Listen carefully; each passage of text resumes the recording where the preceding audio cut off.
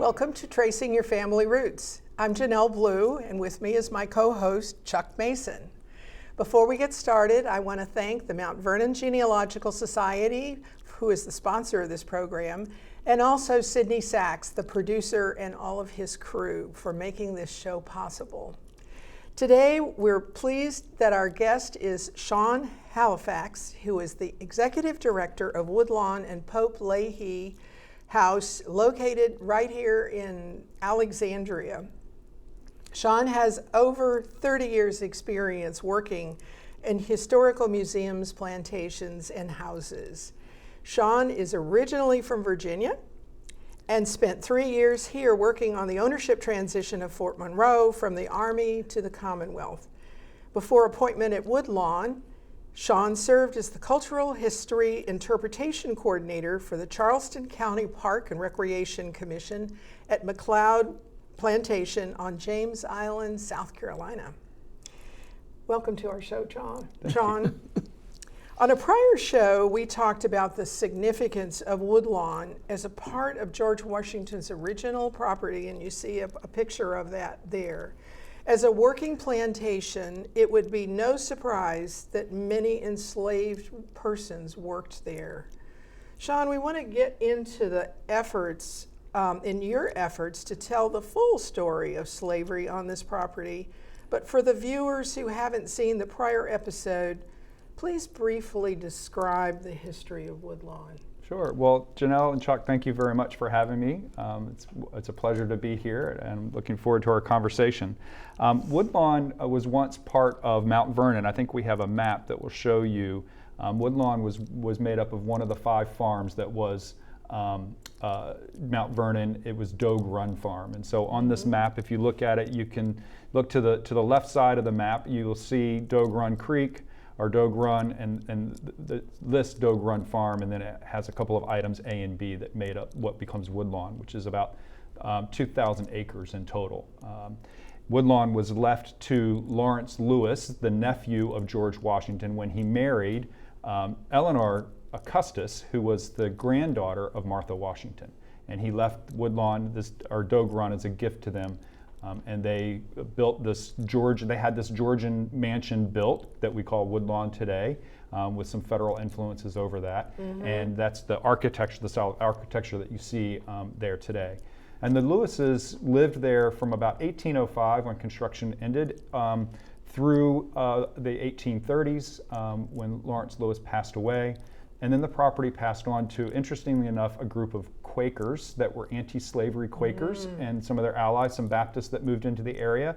And the Quakers and the Baptists that moved into this area were really interested in demonstrating that with agricultural reform and with labor reforms, namely getting rid of slavery, that in the South, agriculture could be successful. So they, along with the long-established free black community in this part of Fairfax County, created this anti-slavery colony.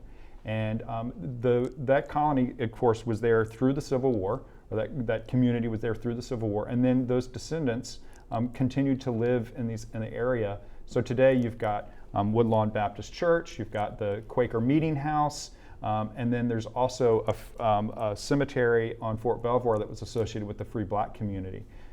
The free black community that was at Woodlawn was displaced when Fort Belvoir was created, and many of those individuals actually ended up at Gum Springs.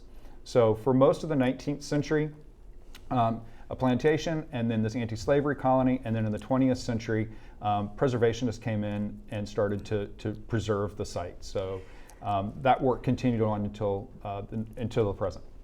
And what was the year that the Quakers came in? 1846 is when they purchased the property. So that was not a very popular thing at that point, right? I mean, they were really going against the tide, but they strongly believed. I mean, they were really abolitionists. Yeah. So this group of Quakers that was here really believed, instead of being the fiery John Brown kind of abolitionists, these were pacifists who really wanted to demonstrate through actions that this work could be done successfully. So one of the things that they were trying to do, I think, is really trying to integrate into this Southern aristocratic,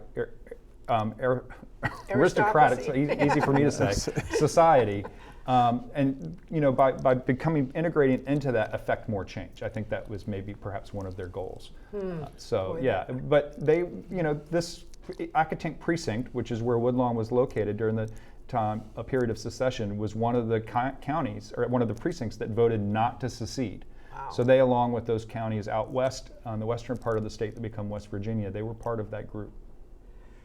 So there's an effort now in organizations like the one you represent that want to tell the whole story, not just about the mansion and the family and how rich they were and all that, but also the other part of the story, which is the enslaved community and the people who helped to build it, really, and keep it going. And so tell us about how you are going about that. Yeah, well, this is work that the National Trust really became actively engaged in probably about, I don't know, maybe about 5 to 10 years ago.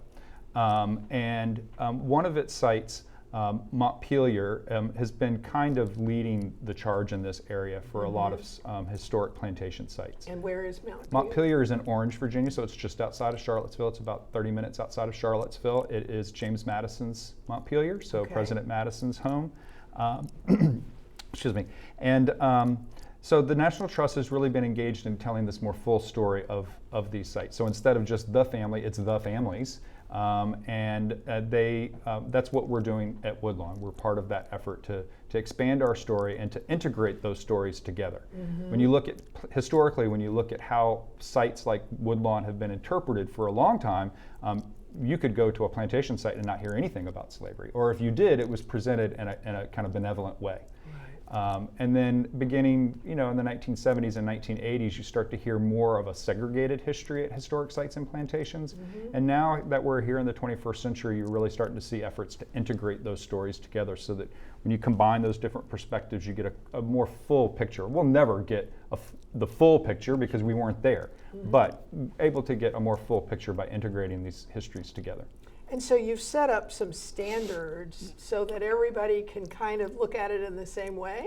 Yeah, so, well, I didn't do this, but I was part of a group that convened at Montpelier in 2017. And the purpose of this convening was to bring academic historians, public historians, descendant families, so families of people that were descended from enslaved people, and historic sites and museums to come together at Montpelier for a weekend to talk about, well, what are the best practices for interpreting slavery at sites of enslavement? So at some place like Woodlawn, what are the best practices?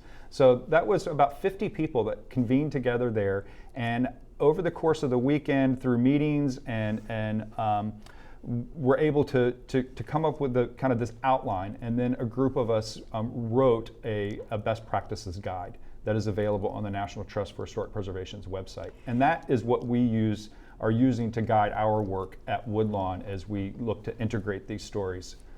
That's really important. As genealogists, we have proof standards, and so much of that is based on written documentation. But in your case, you're having to look at a lot of oral. Yeah, so, well, for a number of reasons, oral histories are important to this work when engaged in interpreting this enslaved community. And so part of the work that we're doing is collecting oral histories. Part of our recent research has been in collecting oral histories of descendants. And one of the things in my time doing this work that I have found is that a lot of times you can find corroborating resources to those family histories. They're relatively accurate. Yeah, I mean, their details may be, but relatively, in general terms, relatively accurate. That's been my experience. I think one of the challenges for historic sites like Woodlawn and Woodlawn, is that for so long, the descendant community has not been a part of this process. So there's been a lot of gatekeeping. And so you've lost generations. Yeah, and also there's not a trust that's there. So part of this is sites like Woodlawn have not been asking the right questions to the right people in the right places. And that's part of it. But before you can ask the right questions to the right people in the right places, you have to build a relationship, because historically this has been an extractive relationship. And one of the things that part of the guidelines that came out of this rubric that came out of that convening at Montpelier was to say, what we want to do as historic sites is collaborate with So how do we yes and so it's not just taking and then using and disseminating in whatever manner the historic site might want to. So it's really looking at how do you kind of share that information, and how do you share who has say over how that information gets used. I would think that in Virginia, for instance, there would have been people who had worked in one plantation and then been sold to another. I mean, there's probably the same people showing up. Oh yeah, yeah. I mean, especially at Mount Vernon. So Mount Vernon is these 5 farms that get, and have people that are being moved around these 5 farms or 5 plantations. And so, once it starts to break up, there are family members that might have family that are enslaved at Mount Vernon, but also have family enslaved at Woodlawn. And then as the Lewis family starts to grow and they start to expand, 2 daughters move to Louisiana, a son, Lorenzo, moves to Clark County. The people that they inherit, they get moved. And so there's people being moved around all about. And that's just within one family. And then when you start to look at the business of slavery, you start to see that people are buying and selling individuals for all manner of reasons. Sometimes it's to settle a debt. Yes. I mean, we know that when Martha Washington passed away, the people that she enslaved were divided up amongst 4 of her grandchildren. Well, 4 of the people that she enslaved were actually left to Lawrence Lewis, as opposed to her granddaughter, Nellie Lewis. But those 4 people were there because her grandson owed a debt to Lawrence Lewis. So her grandson, being George Washington Park Custis, Arlington House, he owed a debt to Lawrence Lewis. So the 4 of the people that were supposed to go to George Washington Park Custis actually went to Lawrence Lewis to settle a debt. So I mean, we don't think about then what are the implications of that on families. If that's happening at a local level, what happens on a grander level when debts are being settled across large geographic areas? Yes. Yeah. And not that that's the only reason that people were being bought and sold, but from the enslaver's perspective, it's a business.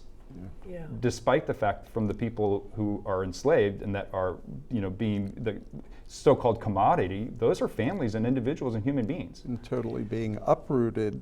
For example, the sales of Georgetown, where people went down to Louisiana. Yeah. Well, that's a long way away from and family. That's exactly what happened at Woodlawn. Yeah. We know that we now know that there were 50 people that were uprooted from Woodlawn and sent to Louisiana in 1836. And that's where a lot of our research recently has been focused, is on those individuals that were sent to Louisiana. We knew that there had been people that were left to the daughters of Lawrence and Nellie Lewis, and that there was a number of people that were in Lawrence's will that were left to them. And then we also know that there had been a sale of people to an acquaintance, a business acquaintance from Woodlawn to Louisiana. So we start to piece that together and work with local genealogists and historians in Louisiana to uncover those stories there. And you mentioned about the manifest where you found the Sure. last names. Yeah, so this is something that was really fascinating. Yael Gordon is the historian and genealogist that we've been working with down in Louisiana. She's actually a PhD candidate at Jackson State University. We're looking at the Iberville Parish in Louisiana, which is about halfway between New Orleans and Baton Rouge. And she's from that community. And she had been recommended, and we reached out to her, and in her work, she was able to uncover a ship's manifest for the Uncas. And the Uncas was a slave ship that was involved in the domestic slave trade. And it was on this manifest, we see the names that match the names of individuals that were left in Lawrence Lewis's will, that were left to his daughters, and also part of the sale. In the sale and in the will, it's people by their first name. And so on the Uncas, things looked like they were being grouped in family groups, perhaps. And so able to take some of the more unusual names and match those names, and she started piecing together. And I don't have the patience for this kind of work, but it's incredible what she's been able to piece together, also using Freedmen's Bureau records, But we've been able to uncover the first and last names of nearly 50 people that were sent to Louisiana. Yeah, that's kind of amazing, because so many of them, it's just a first name. Yes. Yeah. You know, And the other thing nothing. is, you know, in genealogy, we think of a ship's manifest in terms of immigration. And so you don't see manifests Yeah. within the lower 48, really. But I guess they did that because it was a quantity. It was a. But that was the business. That was the That was the business, so it business. So had this to- was Franklin and was it Franklin and Armfield in Alexandria, the traders? Yeah. That's who owned this ship. They had 2 ships that were exclusively used for the slave trade, and so they were part of these sales. So one of the things that was confusing to us at first was that the shipment of people occurred in 1836. Okay. But the will wasn't executed until 1839, and the sale of people was in 1836. And so we were trying to figure out, well, how did all of this happen? So what happened was that the 15 individuals and the 10 individuals that were going to Lawrence's daughters, they were sent before he passed away, and kind of on loan to them. And so they were there for a full 3 years before he passed away. And the sale of individuals, of the 24 or so individuals, was in 1836. So we're trying to put together these pieces of history to get a more accurate picture. Yeah, so fascinating that we're able to get those. We didn't get last names of everyone, but most everyone we've been able to get and start to do that research. Yael has been doing research to start tracing those individuals, and she's having success in being able to trace individuals that were enslaved at Woodlawn, actually enslaved at Mount Vernon, then enslaved at Woodlawn, and then shipped and sold, forcibly moved to Louisiana, and then finding their descendants that are in Louisiana and scattered across the country. It's all part of the kind of the diaspora that's part of the expansion of the cotton industry. So in the 1820s and 1830s, you have the Indian Removal Act, and then you have all of these plantations along the Mississippi River that are opening up, and this is part of that process. So the Quakers bought the land. When the Quakers bought the land, then the slaves were freed. Well, this was after. So the Quakers in purchased 1830. the Quakers purchased the land in 1846, but George Washington, when he died, when he passed away, he manumitted or freed the people that he enslaved. And so those individuals were allowed to stay in this area. And so communities eventually evolved of free blacks. For instance, Gum Springs is one that is really well known as a free black community. Right. And so when the Quakers arrived here in 1846, they purchased Woodlawn, 2,000 acres approximately, and their intent is to create an anti-slavery colony. So when they arrived, there's the Quakers and there's some Baptists that are also part of this anti-slavery community, but they arrive into a community that is already here that is presumably anti-slavery, and that is the free black community. And that had been here since 1799, 1800.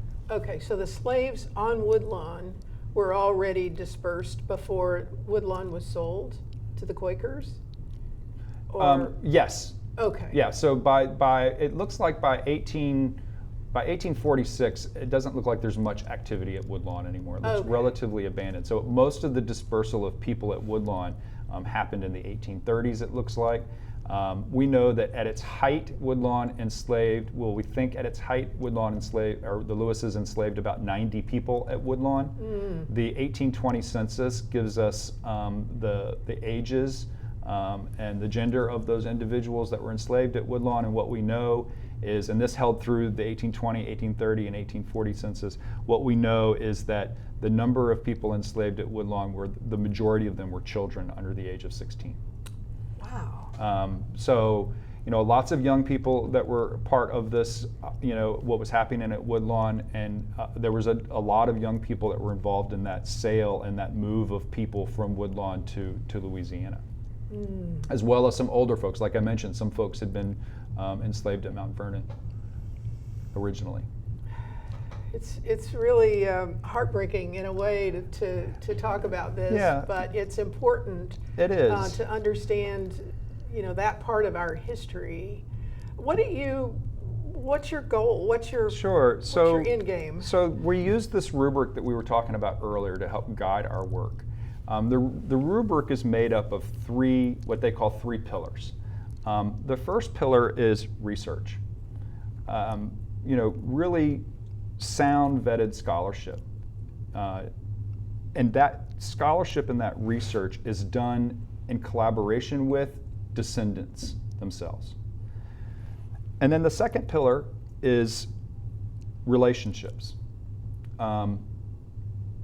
Building relationships with individuals and organizations within the descendant community that make up the descendant community to kind of talk about and discuss how is this research going to be used and what does it tell us. And then the third pillar is interpretation. How then do we disseminate this information? And so the idea is that all three of these pillars are done together with the descendant community. So then the question becomes, well, what makes up a descendant community? And in the rubric, it's defined relatively broadly. There's three categories that are defined as the descendant community. So I'll use Woodlawn as an example. At Woodlawn, the first, I won't say tier, but the first group would be those that have a direct tie to that property or the Lewis family. So people that had been enslaved at Woodlawn, their direct descendants would be part of a descendant group. The second part of a descendant group, the second group, would be those individuals because of those family networks that we were talking about that may have been enslaved at other places but had family and had some kind of connection. So that's another. And then the third, and this is where the definition gets very broad, is anyone who is descended from someone who was enslaved that has an interest in this history and wants to be a part of this is part of that descendant community. And so it's a really broad definition that helps guide how and who we work with, and the rubric is meant for organizations. It's not meant for the descendant community, it's meant for organizations to be able to say, what practices are we instituting to make sure that we are doing the best work we can. And a lot of it is looking at how do we repair damage that has been done, because at historic sites of enslavement, for many, many years, slavery was something that was ignored or not talked about. Or if it was in euphemisms, or it was in some kind of benevolent or benign way. And it's really not till the 1970s, 1980s that you start to see organizations, historic sites, start to at least even address slavery in a more critical way. And then it's really not until the 2000s that you start to see the integration of these stories. And this rubric that I'm talking about is really the first time that this has been this idea of collaborating together. And what's really fascinating to me is that when you move beyond the institution of slavery, this is a rubric that's being looked at by other descendant groups with different histories. For instance, we've been working at the National Trust, we've been working with survivors and descendants of Japanese internment camps. Okay. And how to ethically share those histories at those sites. I've worked with a group in Minnesota on how they can use that in their work. So Native Americans. For indigenous people, exactly. So there's a lot of interest in this, and this has kind of been groundbreaking in the United States on how do you, really it's talking about how do we share authority, how do we break down the barriers and build trust. I think the whole idea of interpreting is an interesting concept, because you're taking documented information, but more than that, you're taking oral information, and then you've got to work with that, right? Is that the interpretation part of it? That's part of the interpretation part of it. So interpretation is really how do we take that information and how do we then make it relevant to the public? How do we make it provocative, not in a negative sense, but in a positive sense, so that people will want to learn more? Okay. So I think of interpretation as storytelling. Yeah. And so it's really like, how do you tell a story? So you don't want to get bogged down in the minutia, but it's really looking at kind of what are some of the broad swaths of history, and those, history, so much of it is tangible. These historic sites are made up of tangible resources, but what are the meanings behind that? And then interpretation is helping people discover meaning, their own meanings and their own relationships with that history. So, interpretation is meant to be somewhat inspirational. It's meant to be somewhat reflective. So interpretation kind of takes that. How do you take that information and turn it into something that is meaningful and relevant to the public, or how does the public do that for themselves? And so interpretation is help guiding that process along. That's a whole different topic. I'm just thinking of going to like the Holocaust Museum or the African American Museum, and how they've taken really difficult topics and making it tolerable. Where you can feel okay about going in there and reading about it and feeling like you've learned something important too. And some of those things are, you just like, I don't want to go there because it's so sad. History, I talk about, you'll hear people talk about difficult history. I talk about difficult knowledge. It's not the history that's necessarily difficult. It's what we learn and how we process it. It's the processing of it that makes it difficult and makes it uncomfortable. Yeah. And a lot of times learning comes out of times of discomfort. So it's okay to stretch a little bit. You don't want to break, but you want to stretch a little bit. And so learning about the histories of these sites is really important, I think, to us having a deeper, better understanding of who we are as Americans. So this is the story of everybody, not just the story of the Lewis family. Not that story isn't important or significant, it is, but there's other stories that are important and significant too. And when you look at, as I said, there was half a dozen to a dozen white folks that were living at Woodlawn at any given time with 90-some enslaved people there. So when you start to look at the ratios, it's like, well, I'll have people talk about a balanced history, if you're looking at it that way, then at historic sites that are plantation sites, you maybe would be filled with stories of the enslaved, just based on those demographic ratios. Shawn, we've run out of time. I hope our viewers will go to visit Woodlawn. They can go Google it. There's a nice website. You can get information and do the tour. It's well worth it. Shawn, thank you so much. This has been so interesting, and best wishes for your continued research in this thing, because it's really important. Thank you very much for having me. Thank you.